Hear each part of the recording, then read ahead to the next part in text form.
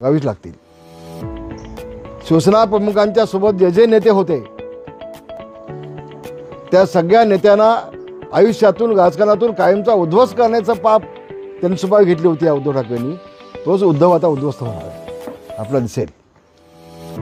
काय केली मनोज जोशींची अवस्था? लाखो लोकांमध्ये शिवाजी पार्कच्या सभेमधून व्यासपीठावरून त्यांना अक्षरशः हाकलून अपमानित करून हाकून लावलं। काय मनोज जोशींचं शिवसेना मोठा करण्यामध्ये योगदान नव्हतं? नवलकरांची काय अवस्था केली? नवलकर मृत्यू पावल्यानंतर ज्यावेळेला हे उद्धव ठाकरे घरी गेले, मी सोबत होतो, त्यांची मुलगी त्यांना आत घेत नव्हती। आता कशाला आली इथं? माझे वडील जिवंत असताना त्यांना त्रास दिलात तुम्ही, त्यांचे फोन घेतलेत नाही, त्यांना भेट दिलीत नाही, आता तुम्ही कशा आलात? ती मुलगी जिवंत आहेत सांगितलं आज देखील। तिला तर ठाकेना वर्षा बंगल्याच्या बाहेर 4 तास उभे करून ठेवली, त्यांना भेट दिली नाही। दिवाकर रावतेंचं मंत्रिपद काढलं, आमदारकी काढली, त्यांना घरी बसवलं। रामदास कदमांची आमदारकी काढली, मंत्रिपद काढलं, आपल्या मुलाच्या मतदारसंघात दिलं आणि माझं मंत्रिपद स्वतःच्या मुलाला दिलं, आदित्यला। रामदास कदमांना घरी बसवले। गजानन कीर्तिकरांना घरी बसवली। गजानन कीर्तिकर भेटायला गेले, 2 तास त्यांच्याकडे ढुंकून पाहिले नाही उद्धव ठाकरेंनी मंत्रालयात। शर्मेने मान खाली घातली आणि निघून आले। तर शिवसेना प्रमुखांच्या सोबत जे जे नेते होते त्या सगळ्या नेत्यांना संपवण्याचं पाप ज्या उद्धव ठाकरेंनी केलं तो उद्ध्वस्त होणार नाही? एकनाथ शिंदे बाजूला काय निघून गेले? त्याविषयी त्यांना अपमानित केलं। कॅबिनमध्ये त्यांचे हौसे गौसे नवसे घेतले आणि ह्याला 3 तास बाहेर करून ठेवलं एकनाथ शिंदेना, तेव्हा गागांतून निघून गेले ते। हे पाप जे केलेत ना उद्धव ठाकरेंनी, त्याची फळं त्यांना भोगावीच लागतील। आणि म्हणून शिवसेना खरी शिवसेना प्रमुखांची आहे, ती एकनाथ शिंदेंची आहे। आणि शिवसेना प्रमुखांच्या विचाराला काळीमा फासण्याचं काम काँग्रेससोबत जाऊन मुख्यमंत्री बनण्याचं ज्या उद्धवनी केलं, त्या उद्धवला आता शिवसेना प्रमुखांचं राजकारणासाठी नाव घेण्याचा नैतिक अधिकार नाही, हे महाराष्ट्राच्या जनतेने शिक्कामोर्तब केलं आहे। नवीन सांगायची आवश्यकता नाही। मला वाटतं मला या वादामध्ये पडायचं नाही। वाघ्या कुत्र्याची समाधी का बनवली, कुणी बनवली, किती वर्षापासून बनवली, मागचा उद्देश काय होता, हे इतिहासकार सांगतील कदाचित, त्याची सखोल माहिती घ्यावी। पण त्यासाठी वाद करणं हे मला निश्चितपणे आवडत नाही। मला म्हणजे माझ्या मनाला ते पटत नाही। वाल्मिकरांचा विषय आहे, आरोपींनी कबुली दिलेली आहे की आम्हीच ते केले, कसं बघताय? कोण? संतोष देशमुख प्रकरणामध्ये वाल्मिकरांच्या सोबत जे असलेले 3 जण त्यांनी कबूल। संतोष देशमुख प्रकरणामध्ये अतिशय निर्गुण अशी हत्या व्हिडिओ काढून झाली। व्हिडिओ काढून म्हणजे ज्यांनी हत्या केली त्यांच्या मनामध्ये इतकींची देखील भीती नाही, कायद्याचा धाक नाही, हे आपल्याला कळतंय।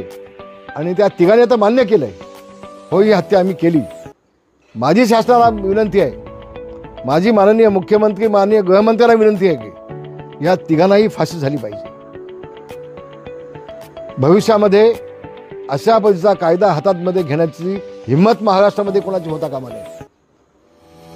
विशेषतः यापुढं वाल्मिकांचा त्याच्यामध्ये काय सहभाग होता, धनंजय मुंडेंचा काय सहभाग होता का, हे देखील स्पष्ट होणं अत्यंत आवश्यक आहे, अत्यंत गरजेचं आहे असे मला वाटतं। आणि म्हणून या सगळ्या बाबीची चौकशी होणं आवश्यक आहे। ज्यांनी कबूल केले या तिघांनी, त्या हरामखोरांना फाशी झाली पाहिजे। पुन्हा कायदा हातात घेण्याची हिंमत होता कामा नये। कोणाची बीडमध्ये, एका बीडमध्ये 200 वाल्वचं लायसन्स, याची चौकशी झाली पाहिजे। हे लायसन्स कोणी दिले, कशासाठी दिले, मागचा उद्देश काय, त्यासाठी शिफारस कोणी केली होती, या सगळ्या बाबीची चौकशी होणं अत्यंत आवश्यक आहे, अत्यंत गरजेचं आहे। आणि ज्यांनी बेकायदेशीरपणे ही कामं केलेत, लायसन्स घेतलेत, त्यांच्यावर देखील कारवाई झाली पाहिजे असं माझं ठाम मत आहे। होय, दिशा सालेंच्या मृत्यू प्रकरणातला पोस्टमॉर्टमचा रिपोर्ट आता पुढे आलाय। किती वर्षाने आलाय तो? आताच मीडियाच्या हातामध्ये कसा लागला तो? आणि मग म्हणून मी म्हटलं ही केस सीबीआयकडे द्या, दूध का दूध पाणी का पाणी होईल। त्याच्यामध्ये कोणी हस्तक्षेप केला का? त्यांना जसा रिपोर्ट हवा तसा बनवून घेतला का?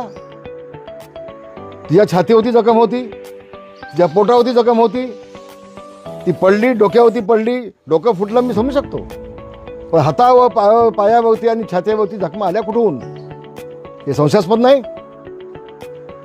आणि म्हणून या केसमध्ये सखोल चौकशी पुन्हा एकदा झाली पाहिजे. आणि आदित्य ठाकरेच्या बाबतीमध्ये कोणतो पांचाली, कोणतो दिनी मोगया, हे कोण, ही गँग आदित्य ठाकरेची कशी काय सोबत?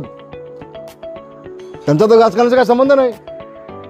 मग हे आदित्य ठाकरेचे धंदे गातीचे काय होते नेमके, ही चौकशी झाली चालू, त्याच्यामध्ये ही देखील माहिती आपल्याला महाराष्ट्राला मिळेल आणि महाराष्ट्राच्या जनतेसमोर स्पष्टपणे येईल.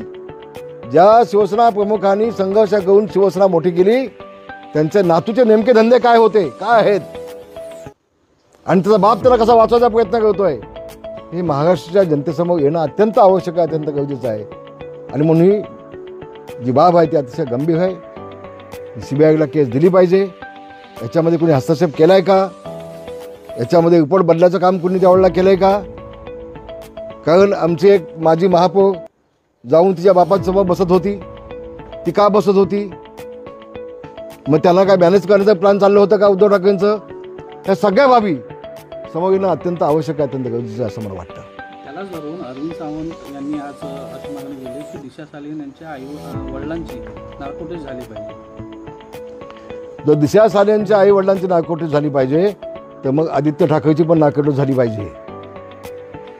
म्हणजे दूध का दूध पाणी का पाणी नक्की होईल. अरविंद सावंत यांचे मी आभार मानतो, त्यांना मी धन्यवाद देतो, त्यांनी चांगली मागणी केली. मग अरविंदजी त्यासोबत आदित्यचे पण होतेच ना नार्कोटिक्स. तो पांचाळी कोण आहे त्याची होते ना, दिनी मोगयाची होते ना, यांची नार्कोटिक्स होतेत. म्हणजे दूध का दूध पाणी का पाणी होईल समोर, काय अडचण आहे त्याला. नवीन घडामोडी पाहण्यासाठी आजच आम्ही मुंबईकर 24 तासला लाईक करा, सबस्क्राईब करा आणि अपडेट रहा.